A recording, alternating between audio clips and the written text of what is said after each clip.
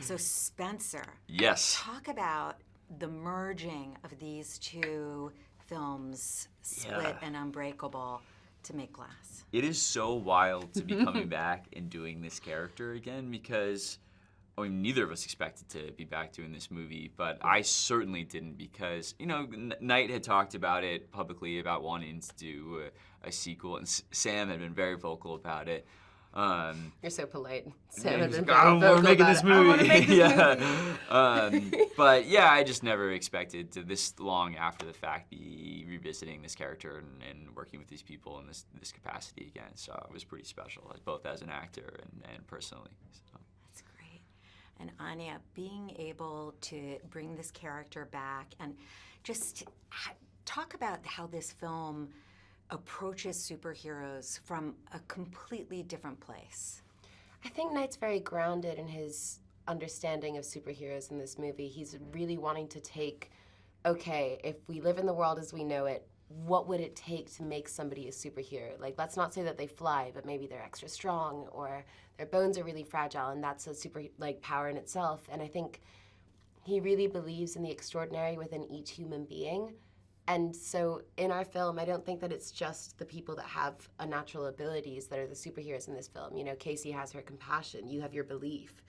You know, all of the characters have some trait that makes them extraordinary. I love it. Okay. Good. I really do. Was there a scene that you guys shot, and maybe you each have a separate one, that just really had an impact on you, a lasting impact? Too many. So many, yeah. You go. Okay. I mean,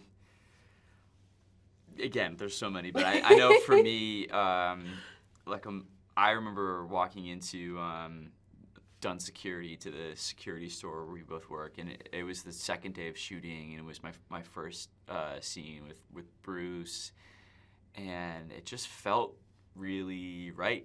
And we'd done a quick scene before that, the day before, that just didn't have a lot of dialogue, but that was just, I don't know, to have Knight really be directing and hands-on, it was cool. I think that for me, lots of little moments sunk in that this was actually happening, and I think that was a really big one for me. Yeah. Yeah.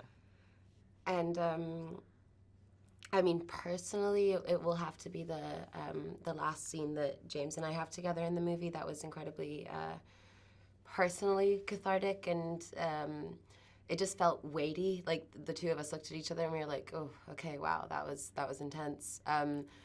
But my favorite moment will have to be sitting behind Knight and watching the three, big bad boys getting all together and just being like, dude, this is whack. That was fun. That was really fun, and it just felt epic. That's what it felt like. Totally. Yeah.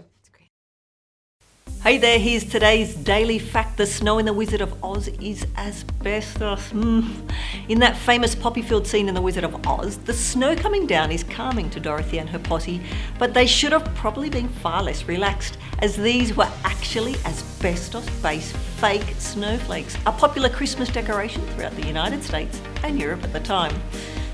Now click here below to subscribe for more great content.